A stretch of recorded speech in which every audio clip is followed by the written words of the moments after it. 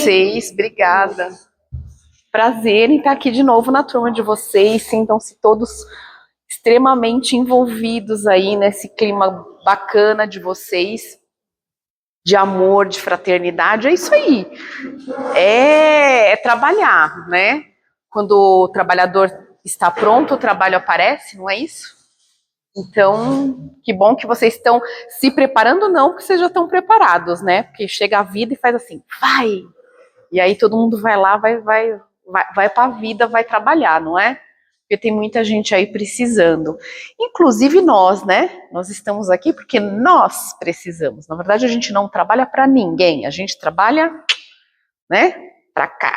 E aí, aproveitando que a gente está aí nesse momento reflexivo, eu trago esse tema aí interessante para vocês, que é a aula 66, né? A justificação dos pecados. Convite aí da Cássia, que me buscou, que me laçou sem querer, né, Cássia? Eu não tinha...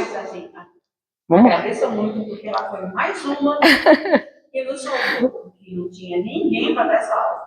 Eu fui atrás dela. Foi.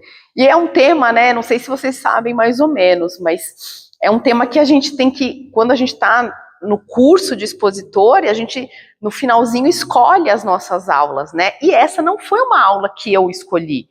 Eu não tinha essa aula no meu... Não tinha reparado, não tinha olhado para essa aula antes.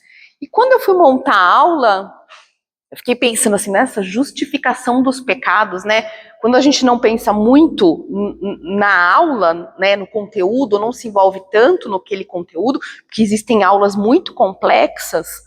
Não achei o caso dessa aqui especificamente, mas tem aulas que são bem, né, bem complexas mesmo de estar se montando. Eu fui atrás dessa justificação dos pecados, né? Então, vamos começar do começo, né? O que é uma justificativa? Da justificação. Vem do latim, do justificatio, né? É a formação do verbo. Eu justifico algo que eu tenho que... é a justificação ou o comprometimento daquela minha ação, daquela ação, do que aconteceu. É algo que justifica o porquê que alguém tenha feito algo, ou recebido algo, ou cometido algo, certo? Então é uma forma de exemplificar a ação que o indivíduo está tomando, ok? E o pecado? O que são os pecados? Também vem aí do latim, né, do peccatum, que significa erro, falta, né, uma transgressão. Quando a gente pensa muito nessa palavra pecado, né, erro, equívoco, né, quando você fala a palavra pecado, em geral, a população como um todo, né, nós mesmos, o que você vai remeter? A algo religioso, a algo divino. Então remete a palavra pecado não a erro, mas um agravamento, uma transgressão do que é divino, do que é uma lei divina, tá? E aí é a justificação do que você tem. Então, ou seja, é algo especialmente quando você fala do pecado que está relacionado com as leis de Deus. Eu estou transgredindo, o pecado é transgredir uma lei divina que te liga com Deus. E aí vieram duas coisinhas aqui, ficou um pouquinho torto ali, mas vamos ver, vamos falar o que são dogmas e postulado. Eu vou deixar para vocês algumas, para a gente começar, né, a pensar um pouquinho na aula, alguns pontos, né? Então, quis falar para vocês sobre o que é a justificativa, o que é o pecado, e aí eu quero deixar duas coisas aqui para a gente refletir durante o entendimento dessa exposição. O que são dogmas? A gente já ouviu falar sobre dogmas alguma vez, certo? Geralmente os dogmas estão ligados, quando a gente pensa na palavra dogma, ela está ligada principalmente à Igreja Católica, certo? Um dogma é algo que, deixa eu ver se vai sair aqui, saiu pequenininho, é uma verdade absoluta, é algo definitivo, concreto, imutável. Isso é o conceito do dogma, tá? Então quando você fala assim, aquela pessoa é muito dogmática, né? Ela é uma pessoa que ela é intransigente com aquilo. Ela tem um dogma, ela tem algo muito específico. Então, os dogmas são leis, né? Se a gente pensar na parte católica, que são imutáveis, inquestionáveis, intransigíveis, elas imutáveis. Então, o que a gente pode exemplificar aqui de dogma? Alguém imagina aí um dogma, principalmente se a gente falar da Igreja Católica, um dogma católico? O Papa. O papado é dogmático. Ele vem com o conceito de que é o sucessor de Pedro. Isso é imutável, isso é inegociável, né? No papado existem vários dogmas, né? De que há um conclave, a gente está no momento agora da Igreja Católica, em que eles estão escolhendo quem vai ser o novo representante católico, né? E aí há um conclave, esse conclave tem pessoas específicas qualificadas, e o Espírito Santo vai escolher o próximo representante de Pedro. Isso é um dogma, ok? Isso não muda, isso é imutável, tá ali. Ah, mas a gente pode modernizar. Ah, mas a gente pode fazer uma votação popular entre todos os católicos. Não, isso é um dogma, tá? O batismo, ele é um dogma. A ressurreição, ela é um dogma.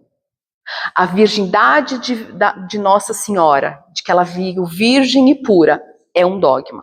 São coisas que são inegociáveis, são inquestionáveis, que a gente não vai mudar. E quando a gente fala de postulados, o Espiritismo, ele traz para a gente não dogmas, mas esses postulados, que na verdade são posições fundamentais. É um alicerce, é uma base da doutrina espírita, né?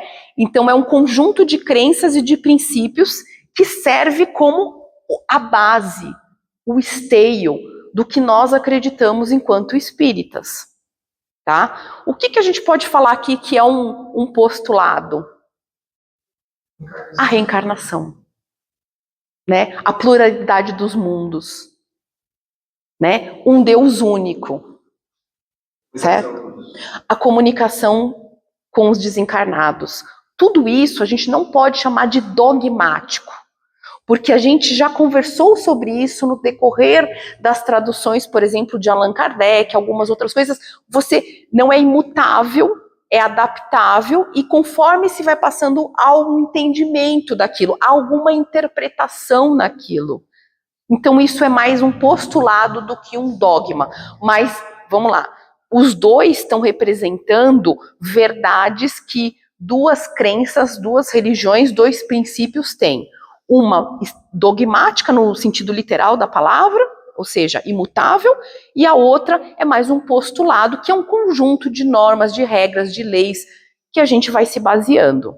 Por que a gente está falando de tudo isso, né? Por que isso, de certa forma, fica interessante dentro do nosso contexto de aula? Porque a gente vai falar do pecado, né? E aí, o pecado é o dogma do pecado, a gente interpreta o pecado, ele pode ser, dependendo da religião, ou dependendo da infração que eu cometa, ele é negociável, ele é inegociável.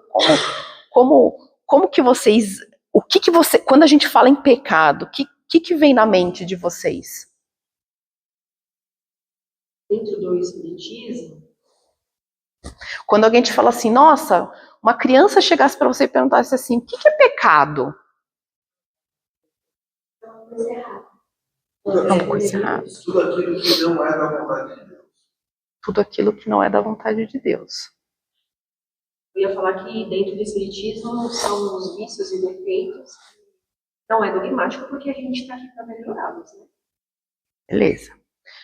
Então, quando a gente fala desse pecado, né? O pecado é essa transgressão das leis divinas, que a gente já comentou um pouquinho aqui. Então, o Espiritismo, ele não vem taxar ou rotular o pecado como algo punitivo. É óbvio que não é uma coisa saudável, né? A gente não está aqui... E eu vou falar bastante pecado antes de falar em erro, tá? Porque depois, talvez, na nossa interpretação espírita, a gente troca essa palavra de pecado por um erro. Mas no espiritismo, a visão não é punitiva, e sim de aprendizado, de uma evolução, né? É uma oportunidade aí, talvez, que a gente tenha de melhorar, de fazer um aprendizado dentro disso. Tem uma frase no Evangelho segundo o Espiritismo: o homem é o autor de suas próprias ações e, por consequência, das suas falhas. Então aí a gente pode até tomar um pouco essa questão do pecado como uma falha. Enquanto eu estava preparando a aula, alguns autores acabam colocando o pecado, isso eu achei bem interessante, né? Como uma falta de amor. Então, quanto menos amor nós temos, mais pecadores nos tornamos. E eu achei interessante essa reflexão, né? Porque, na verdade, o pecado, quando a gente fala do pecado, quando a gente fala da falha, eu em geral, vou machucar alguém, ou vou me machucar. Quando há amor, eu penso duas vezes se eu vou machucar, se eu vou cometer, se eu vou fazer aquilo, né? Porque se é uma infração, é um erro, né? Vamos pensar numa infração de trânsito, por exemplo, que não é um pecado. Para a CET né? E ela pune a gente bem bonito. Mas é um dogma, exatamente, é um dogma. Então, nesse sentido, nós estamos ali e a gente pensa duas vezes, né? Às vezes, a gente até pensa muitas vezes. Às vezes a gente vai cometer uma infração e acaba saindo tão rápido e você faz aquilo num impulso, mas você fica, né? Meu Deus, será que eu passei no farol? Não passei. Mas você pensa, porque você sabe que vai ter uma punição ali na frente, né?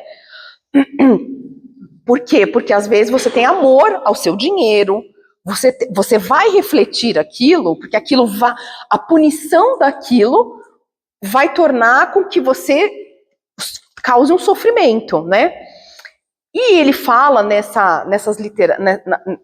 esses autores, eles falam que é justamente isso: quanto menos amor, ou quanto menos reflexão daquilo que eu amo, daquilo que eu não quero machucar, eu não tenho, mais pecador eu me torno. Ou seja, mais erros, com maior facilidade, eu vou cometer, porque até então eu não estou me importando. Então a falta do amor, atrelado a esse conhecimento no fundo, eu acho que todos nós temos de quando estamos fazendo algo que não é bom, né? Porque afinal de contas também não somos dessa encarnação, né? Nós não chegamos aqui hoje, né? A questão de falta de amor fala, né?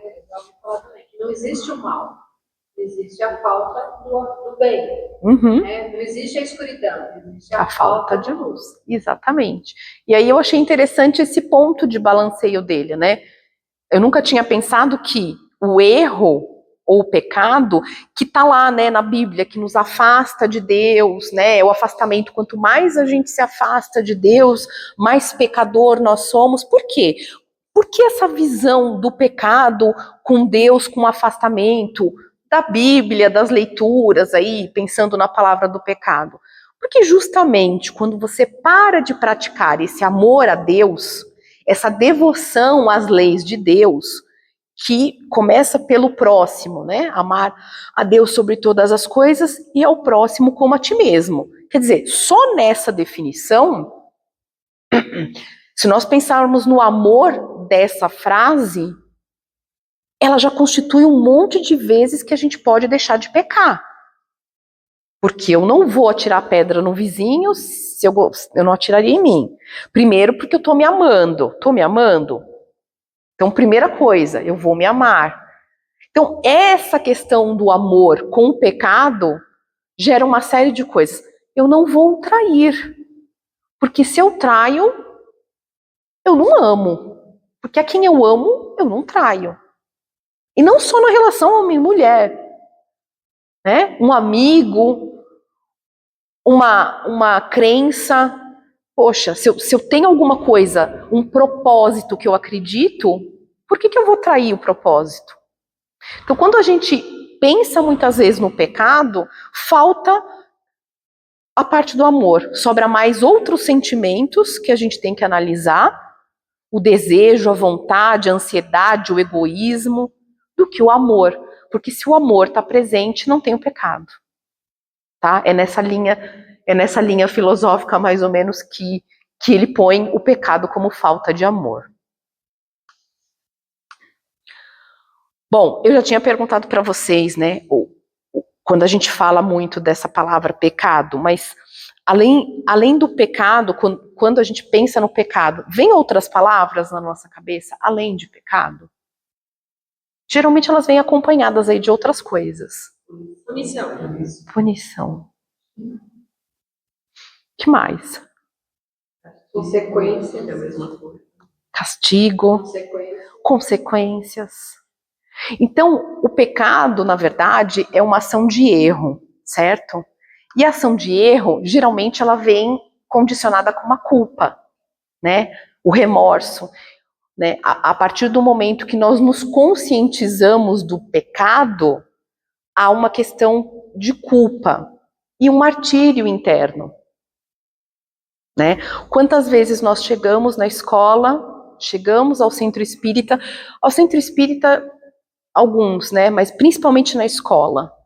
E a gente cansa de ver todo mundo com a chibata nas costas, porque quando a gente começa a fazer reforma íntima, a gente entende que a reforma íntima é vamos chibatar nas costas. Eu sou mal, tudo que eu fiz é minha culpa. A gente chega aqui e descobre que não é culpa de ninguém, que a culpa é minha.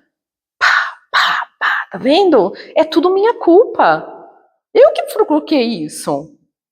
Eu que fiz isso. E a culpa não leva ninguém a lugar nenhum, né? Só que a gente só vai entender isso assim, uns 15 passos para frente. Aí a gente vem pro castigo. Bom, tá vendo? Eu mereço, e isso é o meu castigo. Então eu vou aceitar calado e vou sofrer. Né?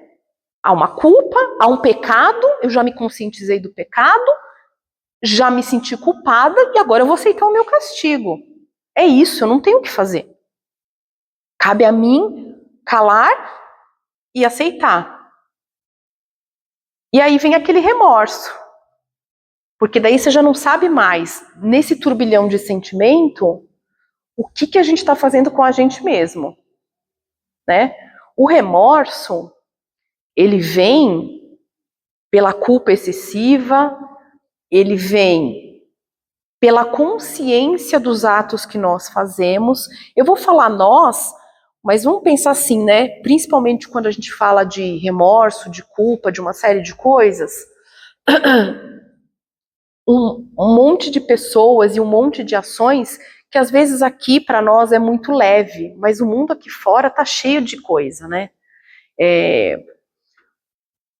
Eu não sei, eu tenho uma experiência, acho que a minha maior experiência de centro espírita, e por isso que eu falo assim, aqui o que a gente aprende e o que a gente ouve é maravilhoso, a gente anota tudo no caderno, mas vão para a vida real, porque a vida real, ela é fabulosa. Acho que o trabalho mais intenso que eu fui convidada a participar aqui na casa, que tive o prazer da vida de começar no Mãos Estendidas, quando Mãos Estendidas, que é o trabalho com os moradores de rua, ainda nem tinha casa, né? Eu consegui ver o pessoal lá do Fabião construindo a parte do Mãos.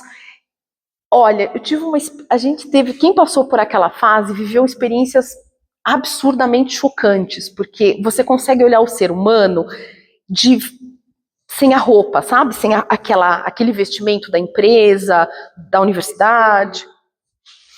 Você vai ver, são pessoas que chegam ali despidas espiritualmente. Então, quando você chega ali, você sente, assim, se tinha uma palavra que eu podia resumir um domingo, um sábado, era remorso. A maioria daquelas pessoas está naquela condição por remorso, por culpa, porque elas enxergam aquilo como um castigo e que elas têm que passar por aquilo. E elas começam, e é um looping, tá? É um círculo. E você tenta quebrar aquilo e falar para ela, não, mas você não merece estar aqui, mas ela merece estar ali. Ela está ali vivendo ela está enraizando aquela culpa, aquele castigo, aquela dor. Porque ela acha que ela merece estar ali. Porque ela fez muito mal para fulano, para ciclano, assim, mas assim, é maciçamente remorso. Aquilo é puro remorso. É pura dor. É muito intenso. E você sai dali fazendo várias reflexões, né? Várias reflexões. De como o ser humano consegue transformar o que talvez poderia ser um aprendizado de caminhada numa coisa pior. Pior não digo, porque já está estagnado ali. Mas aquele remorso, o remorso paralisa. O remorso, além de doer, ele paralisa o ser humano. Aí nessas questões não seriam as crenças que a gente já tem na vida? A gente foi criado, né? Você errou, você é culpado. A gente vai falar... E aí vai embutindo aquilo e a pessoa... Aquilo que está na cabeça, como é difícil a gente mudar os paradigmas também. E aqui eu coloquei o perdão. Porque a gente se esquece, quando fala de pecado, de falar de perdão. Não é? Todo mundo que comete um erro, geralmente é perdoado. E talvez o maior equívoco do ser humano é não buscar esse perdão. Porque a gente tem remorso, porque a gente tem culpa, porque a gente merece o castigo, porque não sei o quê. Mas a gente nunca nem pede perdão. A gente chega a pedir perdão? Não. Também cansei. A minha pergunta maior lá dentro era, mas você já chegou a conversar com a sua filha? Você já chegou a falar com o seu pai? Você já tentou pedir perdão? Ninguém pede perdão. Ou já está até perdoado, mas nem vai atrás para saber. Às vezes, quantas coisas na nossa vida a gente não poderia resolver com um pedido de perdão?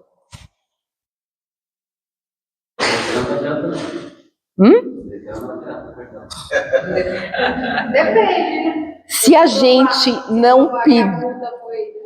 exatamente, Ali não tem muito perdão. Mas, para outras coisas, a gente pode abrir o perdão, né?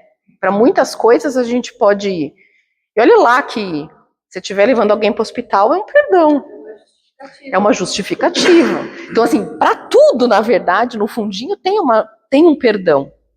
Né? Tem uma justificativa. A justificativa do seu pecado. Mas a gente, às vezes, nem chega nesse ponto.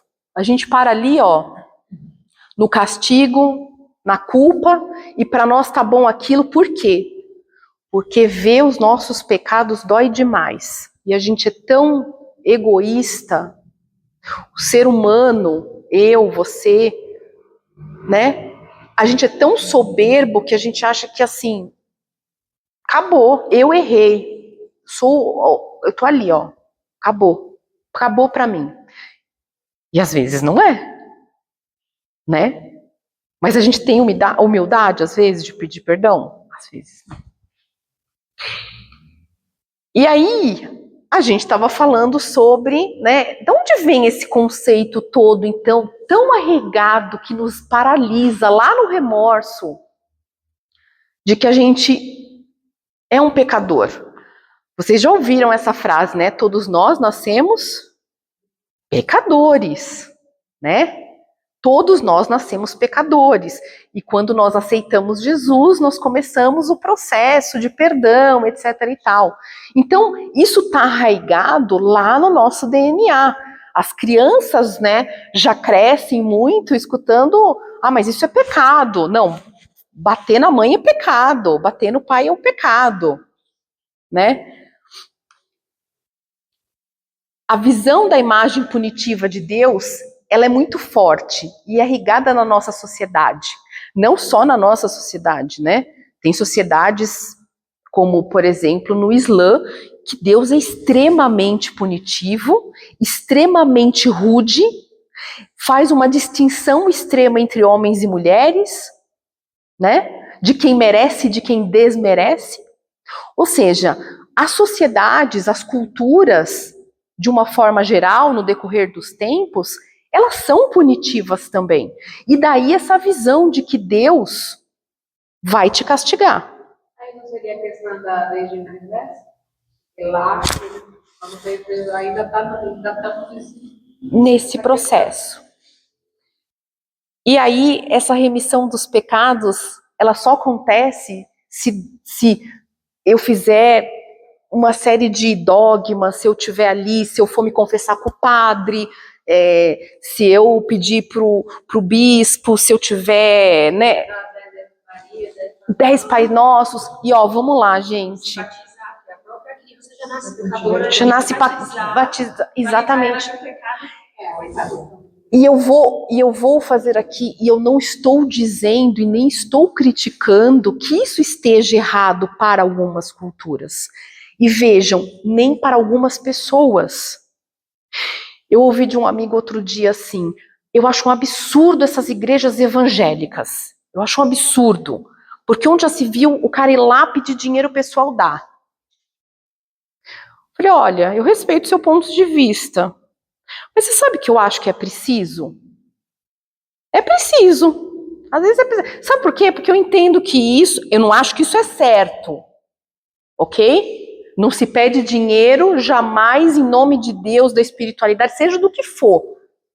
Mas existem pessoas, existem sociedades, existem momentos que a pessoa precisa sim. Fulano, isso é pecado. Não faz. Ah, mas por quê? Não faz, não interessa. Há pessoas que não estão num nível ainda de entendimento, de discernimento, de parar, refletir e pensar. Mas por que isso? Entendem? Há pessoas que precisam. Eu disse para ele, olha, eu já vi muita gente do Mãos Estendidas, por exemplo, sair das drogas, sair lá do chão. Eu vi. Por causa da igreja evangélica. Porque o pastor foi lá, pegou ele na mão e falou, você, se não rezar 500 Pais Nossos, se você não me der o seu dinheiro do dízimo... Gente, salvou coisa que a gente estava tentando fazer há ano e não conseguia. Porque você vai lá, você fala do livre-arbítrio, não adianta. Meu filho tem 10 anos. Meu filho tem 10 anos. Se eu falar para ele, olha, tem várias consequências se você não fizer a lição de casa. Lá no fundo, lá no futuro, vai ser muito difícil. Porque se você não falar inglês agora, lá no futuro, pode ser que aconteça, entendeu? Mas assim, olha, é um livre-arbítrio, filho. Ele não vai nem tomar banho. Então...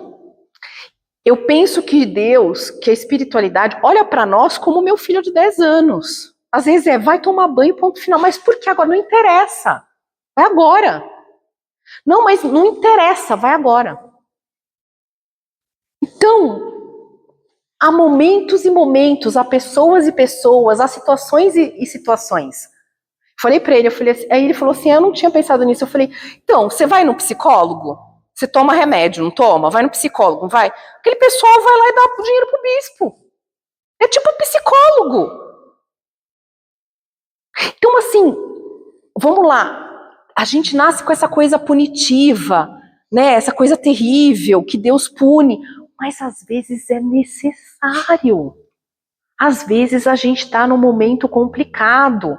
Às vezes a humanidade não percebeu certas coisas. Né? Às vezes é um turbilhão. E aí você estava falando sobre a lei de Moisés. É isso aí. De onde vem essa teoria, então, de ser tão punitivo, né? A pessoa poderia ter um caminho mais suave, mais leve, mas não, ela precisa ter as chibatadas. Ó, como é que veio essa questão punitiva? Da época de Moisés. Moisés traz o povo, né, o povo hebraico da libertação dos egípcios. Vamos lá, de novo, o que está regado nessa cultura egípcia? Né? Eles eram politeístas, eles faziam as divindades. Naquela época, era um povo que praticava as orgias. Sabe o que era orgia naquela época? Era um culto do sagrado masculino, do sagrado feminino com o masculino. Era uma reverência à mãe natureza. E não tinha questões de homem com mulher. E não tinha questões de homem com mulher, mulher com mulher. Então a gente tinha aí, ó, aquela coisa doida da natureza, das divindades, aquela mesa farta, cheia de comida, onde a gente tinha aí o adultério correndo solto, porque, né, o roubo era uma coisa que não era criminalizada, não era julgado, eu ir lá e tomar o que não era meu, inclusive a mulher ou o homem dos outros. Então você imagina que dentro desse contexto de liberdade, de libertinagem, como é que você faz para moldar um outro tipo de sociedade? Vem sim um Deus punitivo, único, que diz para você, eu tenho os seus 10 mandamentos e quem não seguir os 10 mandamentos, ok? Talião, olho por olho, dente por dente. É assim que eu vou regrar todo mundo. Isso acaba acontecendo, inclusive, num contexto mais para frente da humanidade, que é na Idade Média. A Idade Média, ela usa a forma de punição através do medo da mesma forma como se foi usado nessa época, tá? Era uma época em também que as pessoas precisavam ter um certo domínio das coisas, elas precisavam estar controladas, então vinha o iluminismo daquela época, e aí você precisava, a Igreja Católica, ela usou isso também muito para abafar as rebeliões ali da época. Então a gente fazia em nome de Deus, a gente fazia porque estava escrito nas literaturas, enfim, muita coisa injustificada acabou acontecendo e se justificando. E daí nós trazemos isso na nossa cultura de um Deus punitivo, de um Deus que vai me punir se eu não seguir aquelas regras. Então eu sigo por quê? Porque está escrito na Bíblia. Tá? Eu sigo porque está ali, porque eu não posso sair dali, porque senão aquilo é pecado.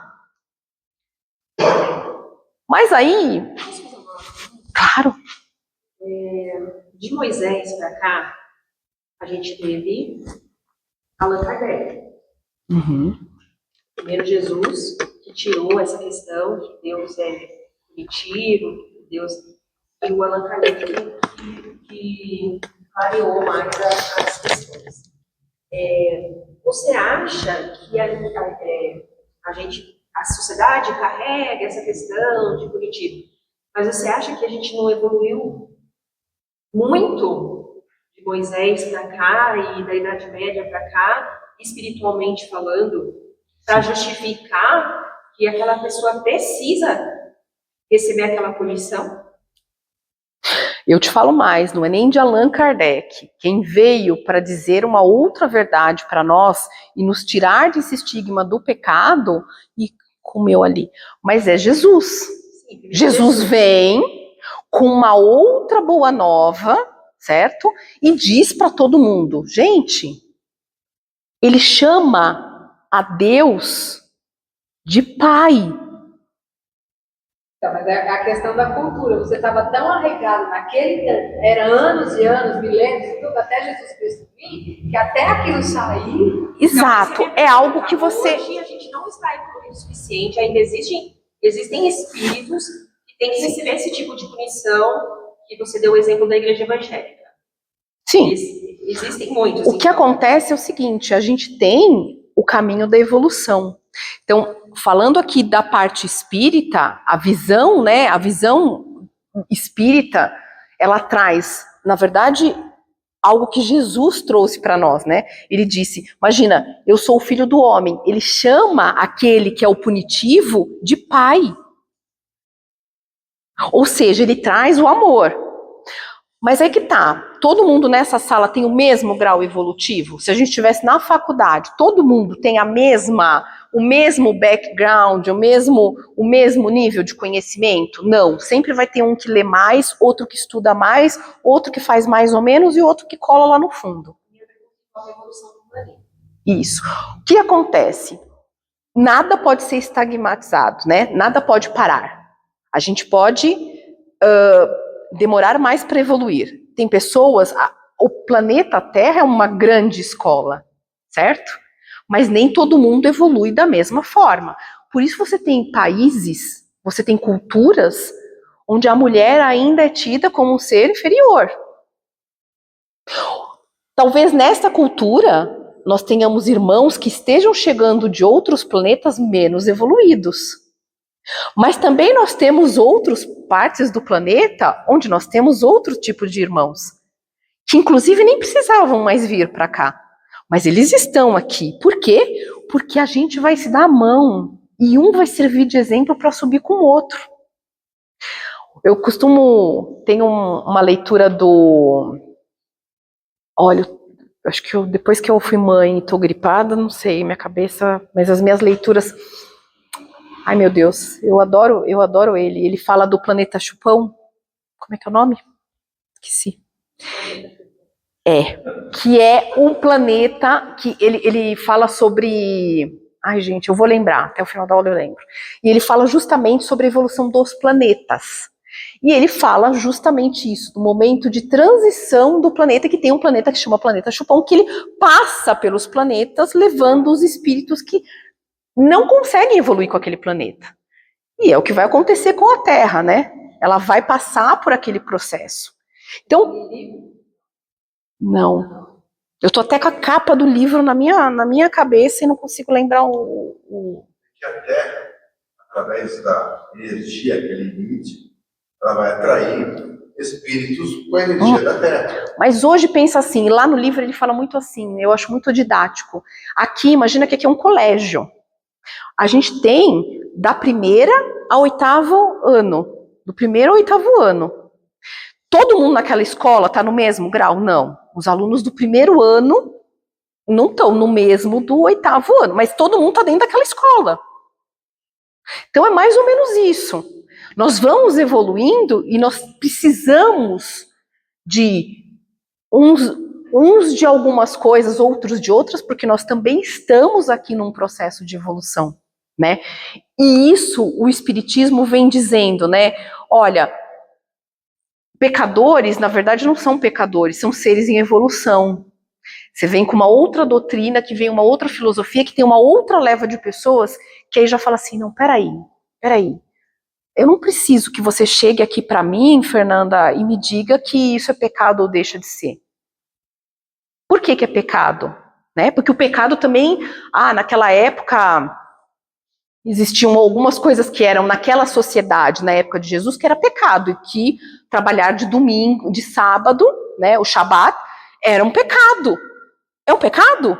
Mas estava escrito na literatura que era pecado. Por que hoje nós questionamos que trabalhar ao sábado não é um pecado? Você entende como a gente vai evoluindo? Para algumas sociedades, tá? Não é. Não, é um espírito... Ramatiz, obrigada. É Ramatiz. Eu vou até pegar o nome do livro, se vocês quiserem.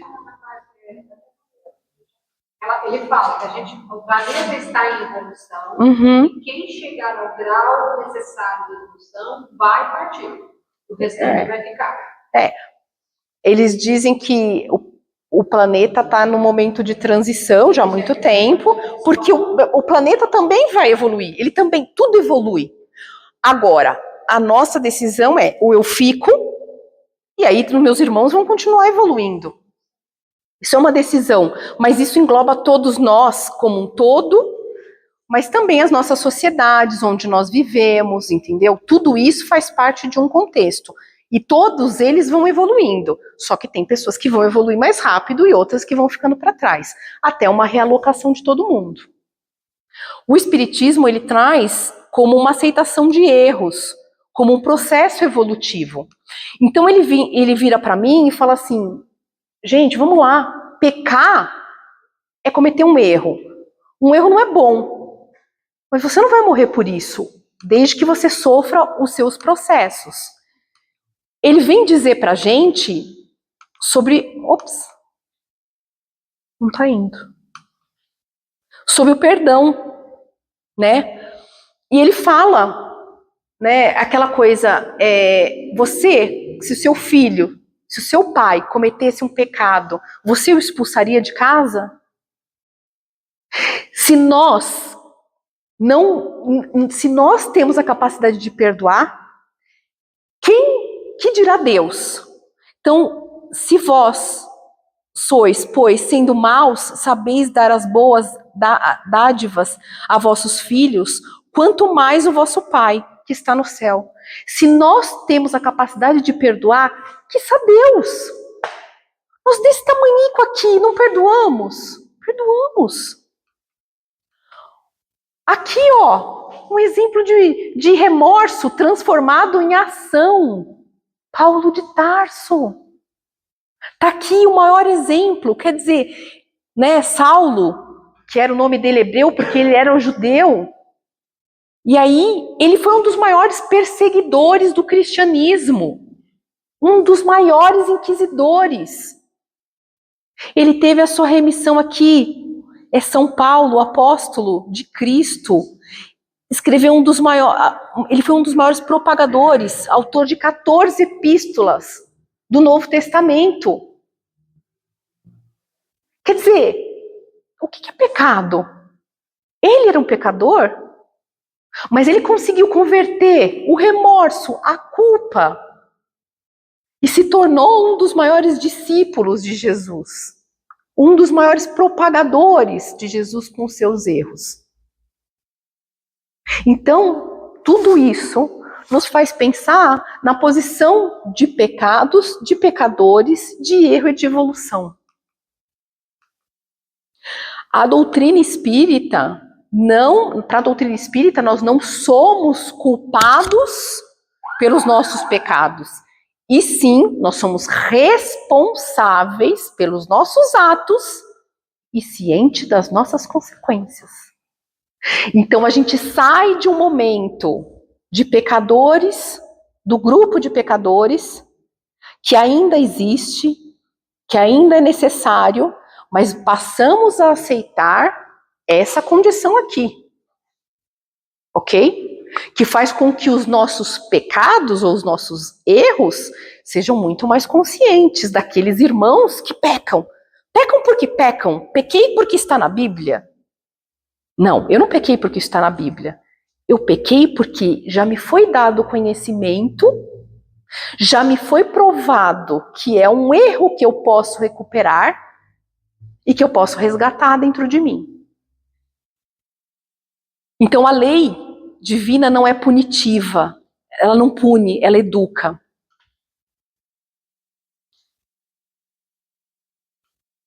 E aí, para a gente falar só o finalzinho agora, sobre a lei da evolução espiritual, que ela é passível para todos, tá? Uns vão demorar um pouco mais, outros já chegaram lá e estão tendo essa consciência. Tem 3 fases dessa evolução. O arrependimento, que é o momento em que conhecemos as nossas falhas, as falhas das nossas condutas. A expiação, quando vamos refletir os sentimentos daquilo que nosso erro, que o nosso pecado, que a nossa culpa fez. E a reparação, que é o ápice do processo. Porque não basta só reconhecer que erramos, não basta só nos arrependermos do que fizemos, mas também é o momento da reparação. Temos que reparar aquilo que fizemos. E aí entra todo o contexto espírita, do que estamos fazendo aqui. Ai, minha culpa, eu estou passando por isso que eu mereço. Não, a partir do momento que eu me conscientizo que é um processo de evolução e que talvez eu esteja passando por aquilo para uma depuração minha e para que eu possa melhorar e retribuir isso para aquele que eu fiz mal, todo o contexto do pecado original passa a mudar. O arrependimento, expiação e reparação permitem ao espírito se reabilitar e evoluir. É divino essa transformação. Ela é maravilhosa, porque ela resgata, ela nos dá a possibilidade de vivenciar aquilo que estava imutável lá atrás, que foi um erro, que foi um pecado. Fernanda, não sei se você comentou, mas tem também aquele tipo de pecado que não é pecado, né? Mas é considerado em algumas religiões como pecado. Claro, exatamente. Exato, é o que a gente está falando do Shabat, que é o pecado dos judeus de não trabalhar de sábado. E tem gente que acredita tanto que pecou, sofre pela culpa, né? Que deve ser esse tipo de pessoa que acredita que vai ser perdoado. Vocês entendem como a consciência do que é pecado, do que é culpa, do que é remorso, e a visão espírita que traz essa luz, esse momento de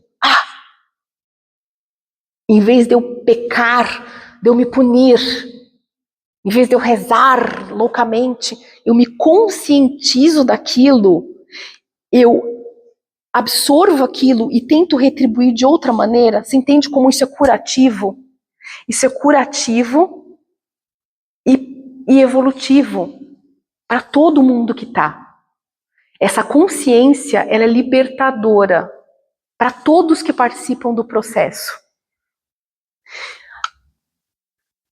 Todo homem, podendo corrigir suas imperfeições pela própria vontade, pode poupar-se dos males que decorrem e assegurar a sua felicidade futura.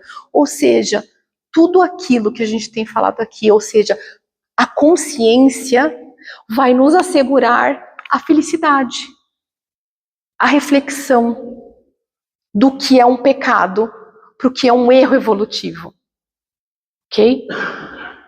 E tomara que toda a humanidade possa chegar nesse ponto de amadurecimento em reconhecer os nossos pecados, justificação desses pecados, para que a gente possa evoluir como sociedade, como indivíduos, né? Essa é a vontade de Deus. Deus está aí para que nós possamos nos elevar. Ele não é punitivo. A questão de corrigir o erro, mas sem punição. Exatamente.